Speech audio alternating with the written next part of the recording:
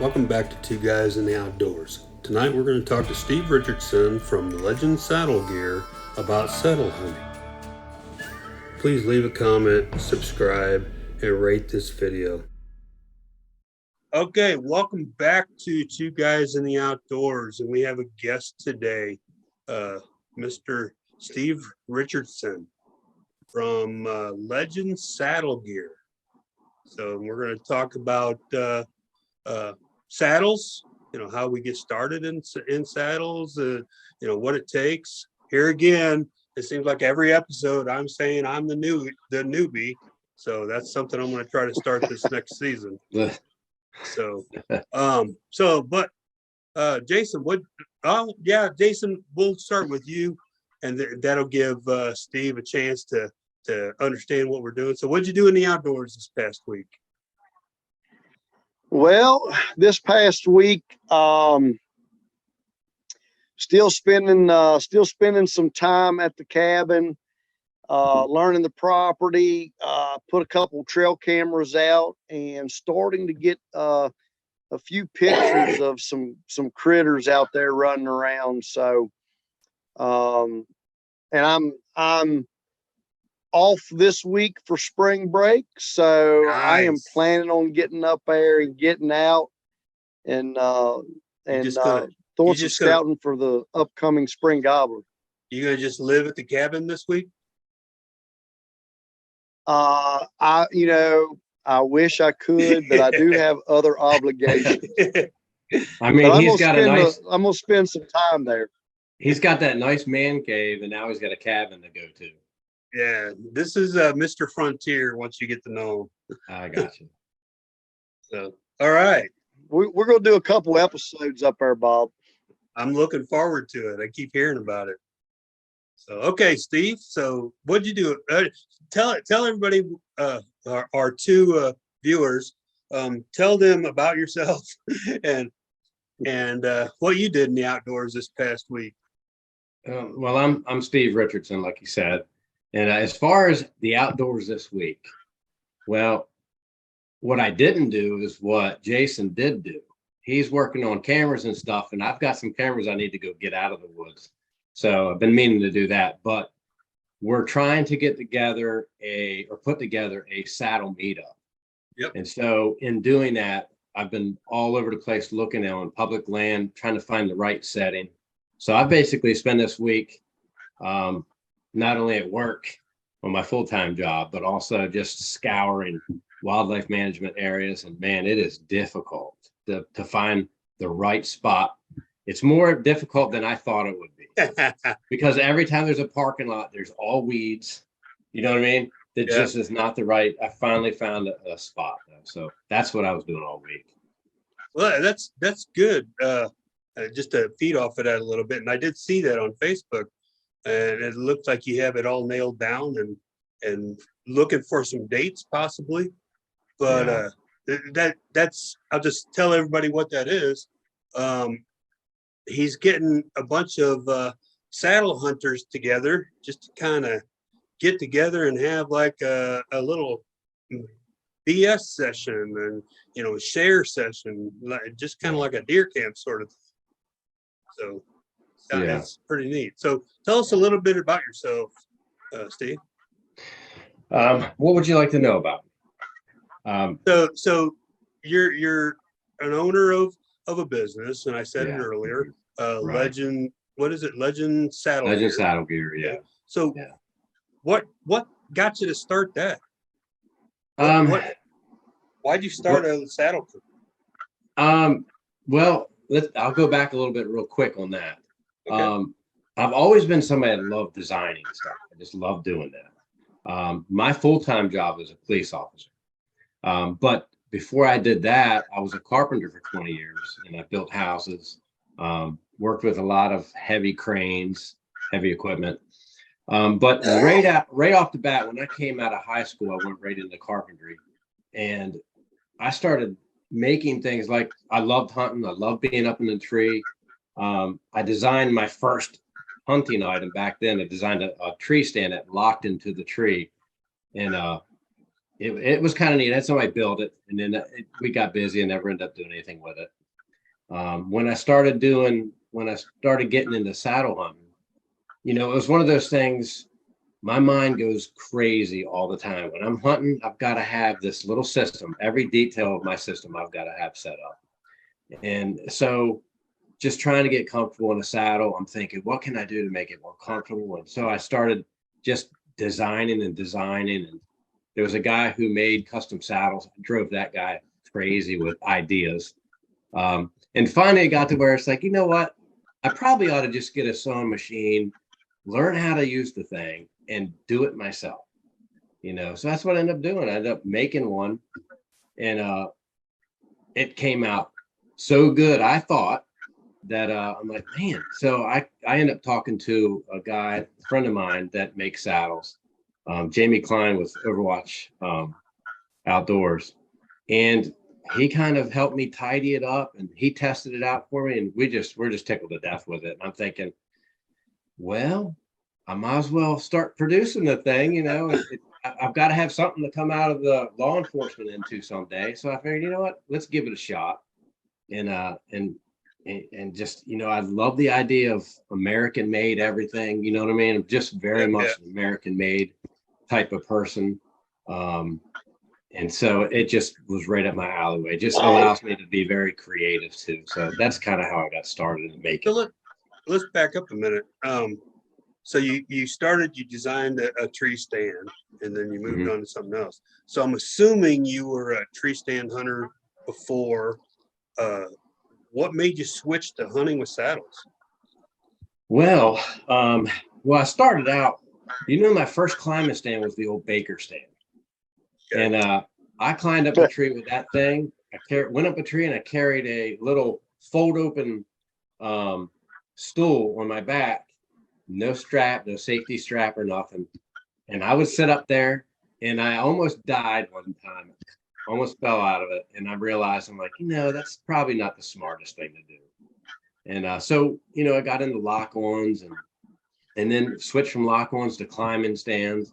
And then we were just straight climbing stands. We just loved the idea of running and gunning, you know, find a place, do as, you know, a least amount of impact on that area to the, you know, the deer or whatever, and just sneak in there and hunt, you know. We loved it. And, you know, and then a few years back, my son started telling me about this thing called saddle hunting, you know, and the way he described it, I'm thinking, you're stark raving nuts, man. Because he was telling me how, you know, he's like, you kind of hang from the stand. And my mind's going crazy while he's telling me. He's like, you just kind of strap this thing around you and you hang from the tree. And then there's this thing called the ring of steps. I got my saddle, my ring of steps are coming in. You can even hang upside down. So in my mind, I'm thinking, is he strapping something metal rail around a tree? And because he's like, I can go all the way around the tree. So I'm thinking he's on wheels going around the tree. You know, just all kinds of stuff in my mind. Like, that's the craziest thing I've ever heard in my life. You know, I'm like, you do the saddle hunting thing, and I'll stick with my climbing stand. And well, I had to, just not to interrupt you a little bit, but yeah. I had that same kind of story. First time I ever seen anybody in a saddle was Jason at some archery class that he was given. Okay, you know, and I'm sitting there at that time. I thought I was scared of heights. It's like, nah, I'm going to stick with a ladder stand. I'm going to stick with up. Yeah. This past year, you know, I'm climbing up some sticks and I'm just hanging off the tree, not on a saddle, but just, you know, with a lineman's rope and all this other stuff. Right. I come back from hunting one day and I called Jason up. Hey, you got a saddle I can borrow? I want to give that a whirl. Yeah. Yeah. I know. Well, I was the same way. It's like, there's no way. Right. Yeah, it's crazy, but you know, and until he, like, we hike up in the mountains and hunt. See, I went to strictly bow hunting 20 years ago, and I mean, I feel like I'm cheating if I take my gun out now. So I only take a bow. But so we met up in the mountains, and he's carrying his saddle. He's wearing his saddle. He's got his climbing stick in his backpack, and I've got this monstrosity of a climbing stand on my back, you know, and I'm looking at him and I'm thinking, man, what in the world? So we hike up in there, we hunt Yeah, I mean, we hiked way up in there. And then after the morning hunt, we did an evening hunt, and we walked out, and it was a long ways. And I look back at him, I'm like, I'm trying that saddle thing out. There's such a big difference. And so he brought his saddle over the house, and I tried it out in the backyard, and I was absolutely hooked. I mean, it's like I just caught the vision of what the whole purpose of a saddle was. And I can't imagine going back and hunting any other way at this point. So Yeah. do you think it's as safe as hunting on a lock-in or a tree stand or a climbing one? Oh my, it's for me, it is by far the safest way you could hunt. I mean, if you think about it, probably the weakest link on a saddle carries, and I'm trying to think of the weakest possible spot, carries about a 4,000-pound brake strength. Okay. And when you're using a saddle, you're tied off the entire time you're supposed to. You use alignments as you go up. And when you're up there, you tie off with your tree tether, you ease down into your saddle before you take your alignments off. So you're always strapped in. And you couldn't be torn out of a tree with a truck. It'd practically take a truck to tear you out of that tree, and it probably wouldn't do it. Jason, you're also a saddle hunter. You've been doing it for a number of years. What's your ideas about it?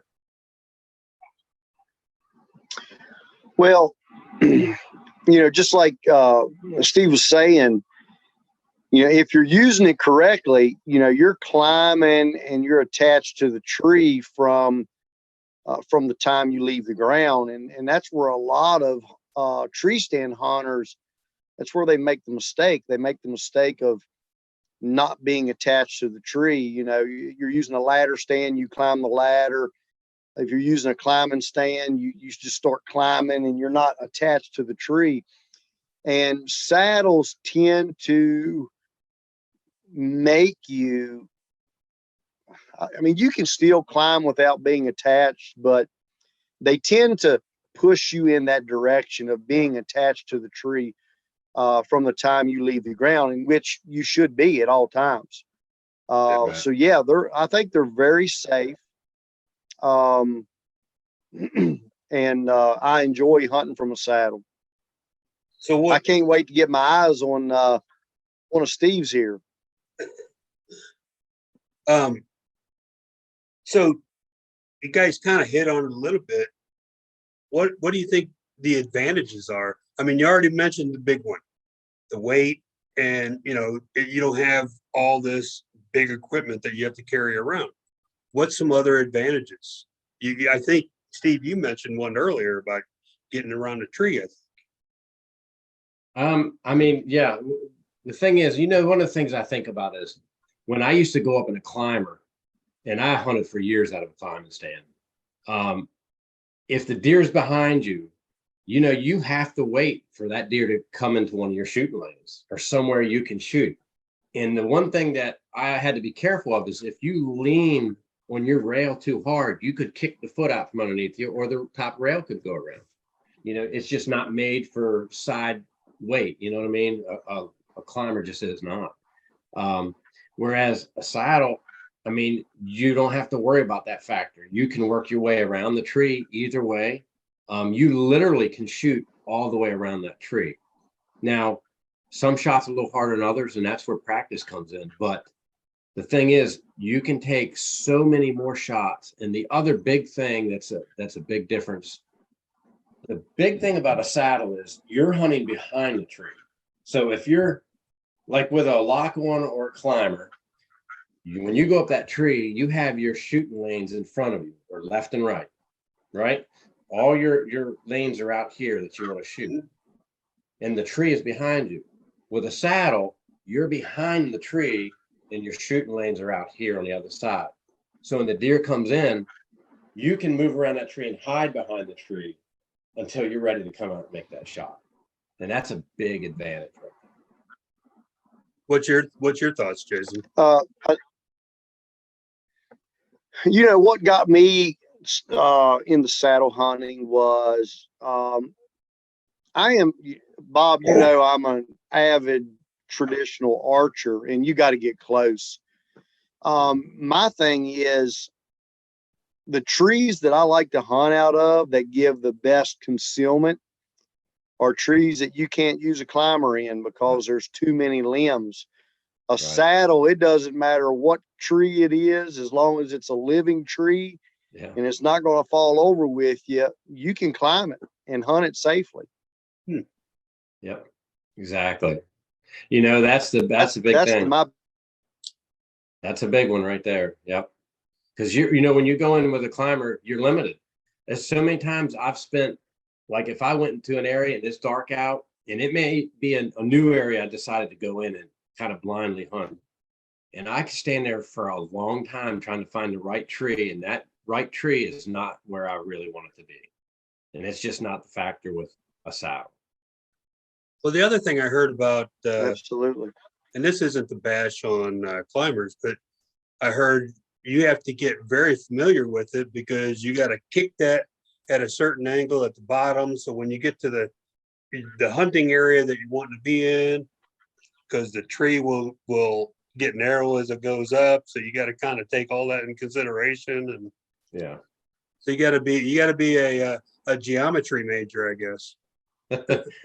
Well, you know, Jason, you probably used a climbing stand for years, haven't you, Jason?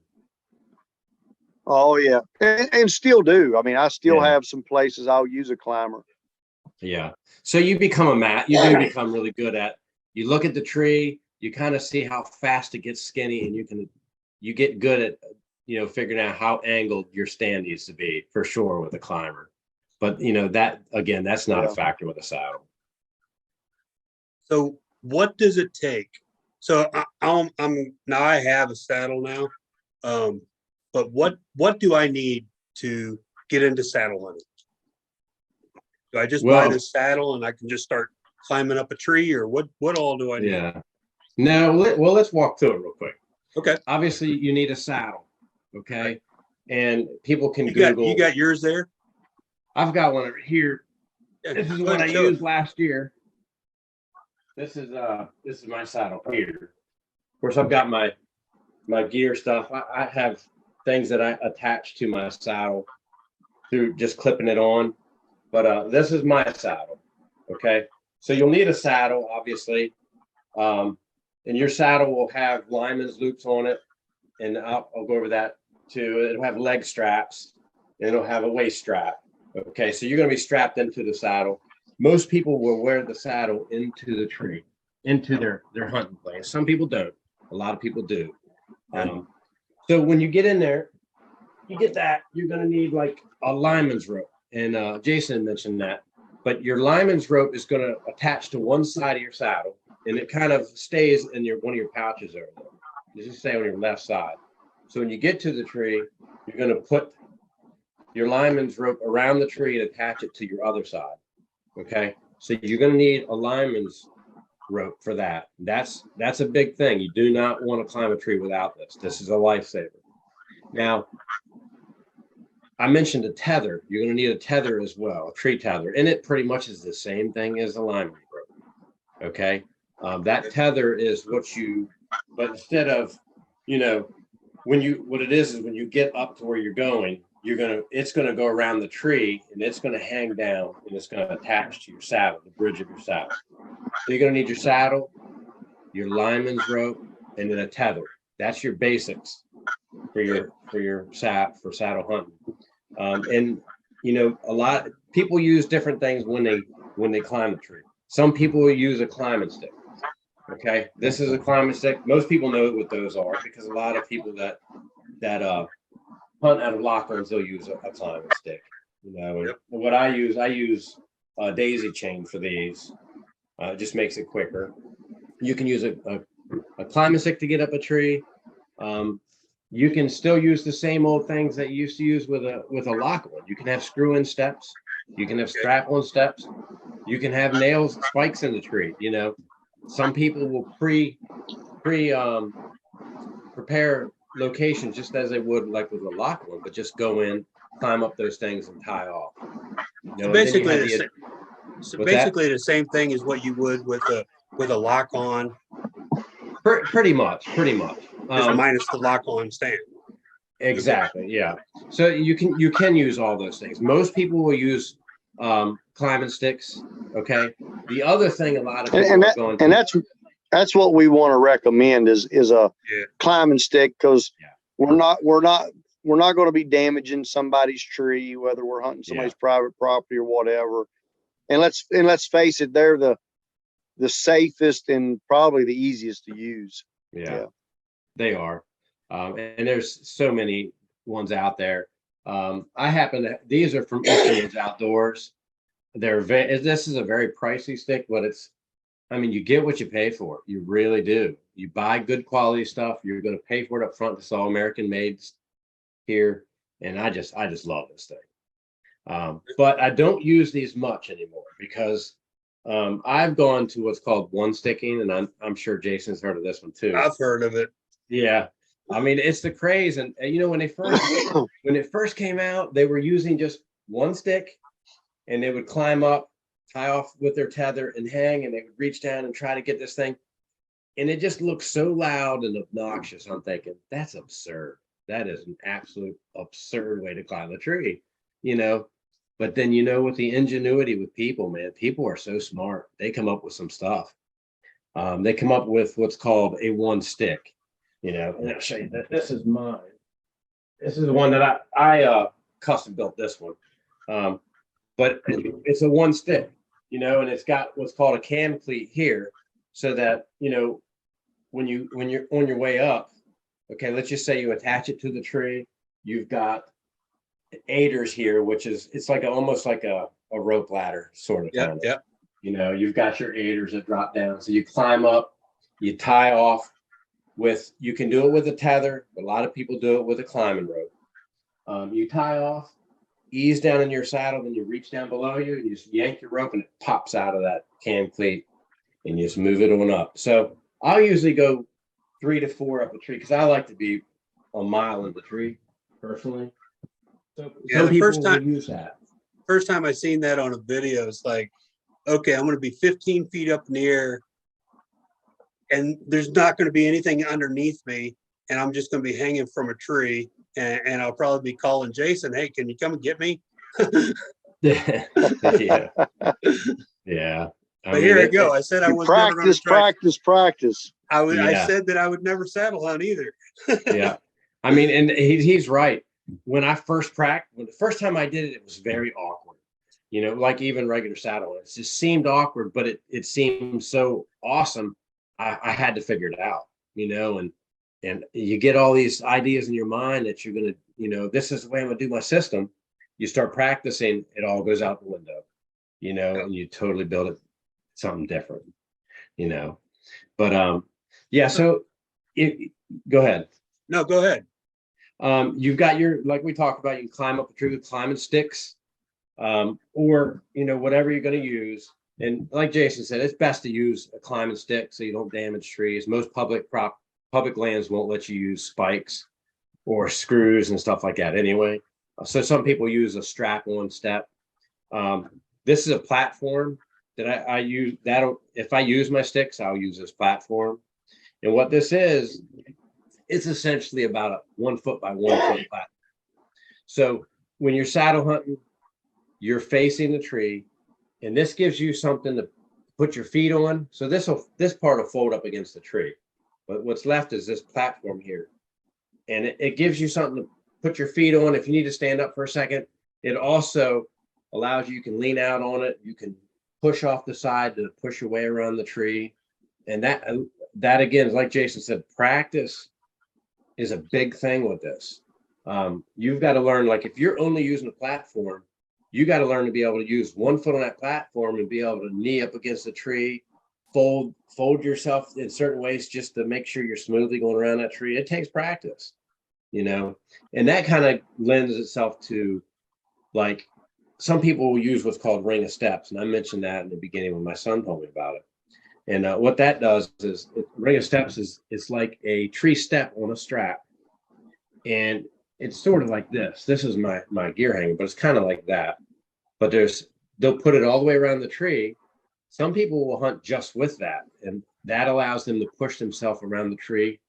You know, they can go around one side. Of course, you can't keep going because your tether's going to stop you.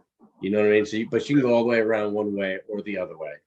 So some people will just use a ring of steps. Some people will pair ring of steps with this. So they have the platform to stand on, and then they have the steps around the tree to have something to push off on as they go around.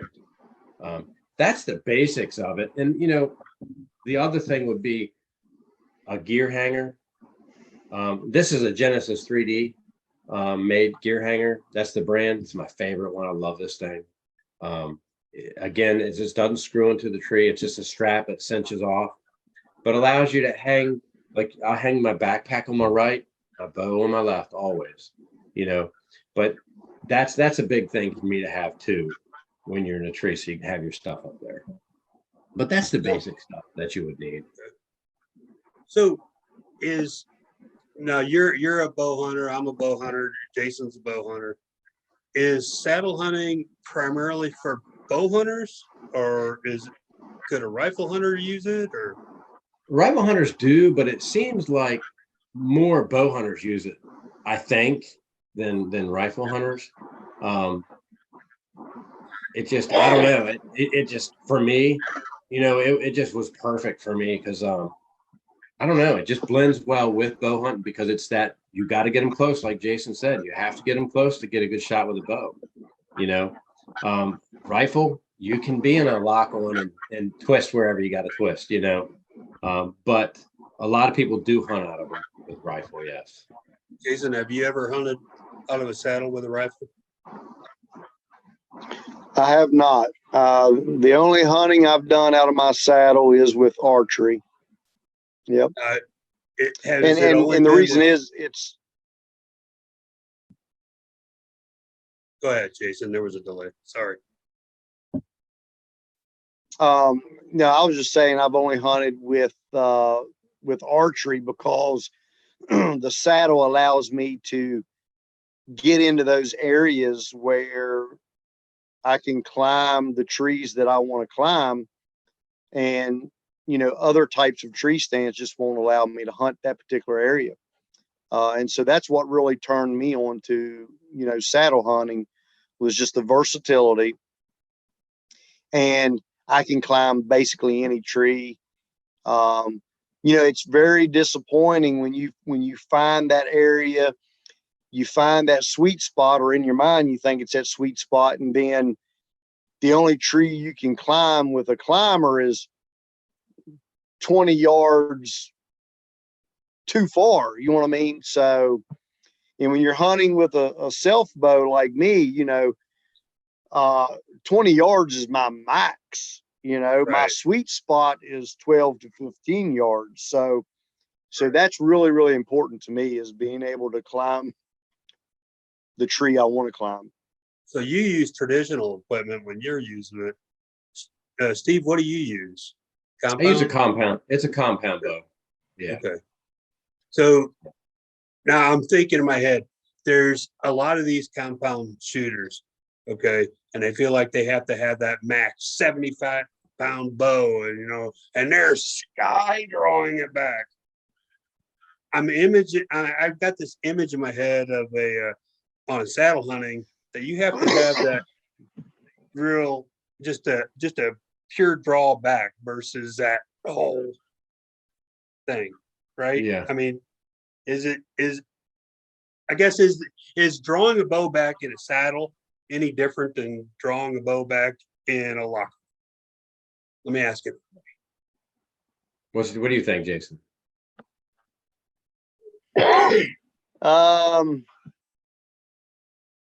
With a saddle, for me, with a traditional bow, you know, it's a much longer bow than what your compounds are. And your anchor point and form is very, very important. But with a little bit of practice, you can do it. No problem. But what do you say, Steve?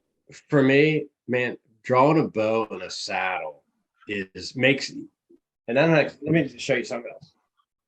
So one of the things that I forgot to mention is a back bend. Okay. For me, I could hunt without a back band. I could, but a back band just makes it like a Cadillac, like a lazy boy, if you use it right. But a back band also makes your form almost perfect. When I was right out of high school and for a few years, we used to shoot a lot of 3D archery tournaments. And one of the things we used to do to prepare for that, my brother had built a tower. It was like a 25-foot tower. And we would shoot out of that thing through the woods. We'd move that deer all over the place. And one thing that we learned is you have to pivot at your hip when you're shooting from a stand. If you don't, your sight's going to be off. And what I found in the saddle, you're already leaning, right? You're already leaning in the saddle. And a lot of times you're kind of turned around for your shot.